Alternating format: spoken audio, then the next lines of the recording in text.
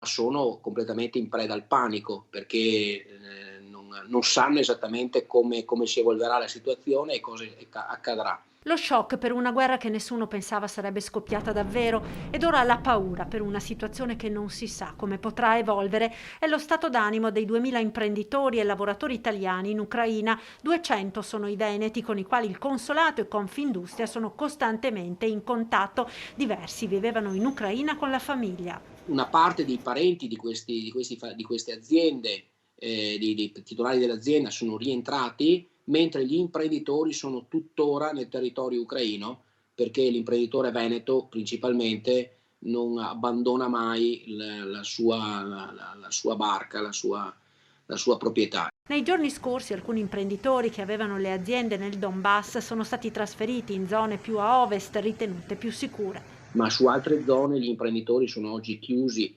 in case o in rifugi, dislocati in più parti dell'Ucraina, in attesa che la situazione si stabilizzi. Ora tutta l'Ucraina è in una situazione di grande pericolo. La raccomandazione in questo momento per gli italiani rimasti nel paese è quella di non muoversi. Abbiamo l'esempio di un imprenditore, che non posso fare il nome, che si è spostato dalla propria azienda ed è andato su una casa fuori città.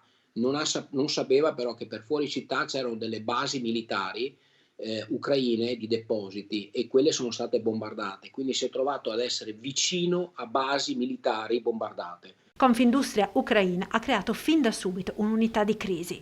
Abbiamo messo su un centro di emergenza qui a Padova, domani avremo la regia con le persone che stanno da tutto il Triveneto donando medicinali, posti letto, medici che si mettono a disposizione e dall'altra parte un sacco di richieste di profughi che stanno già arrivando e di situazioni di pericolo.